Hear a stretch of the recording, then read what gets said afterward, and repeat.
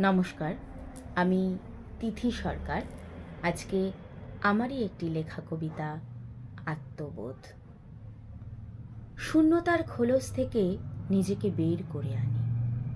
অনেক কাল হলো নিজেকে দেখা হয় না। কতবার ভিতরের মানুষটি মরে গেছে, কতবার বেঁচে উঠেছে, তার হিসেব এখন আর রাখি না। ইদানিং বাতাসের শব্দ শুনতে পারি।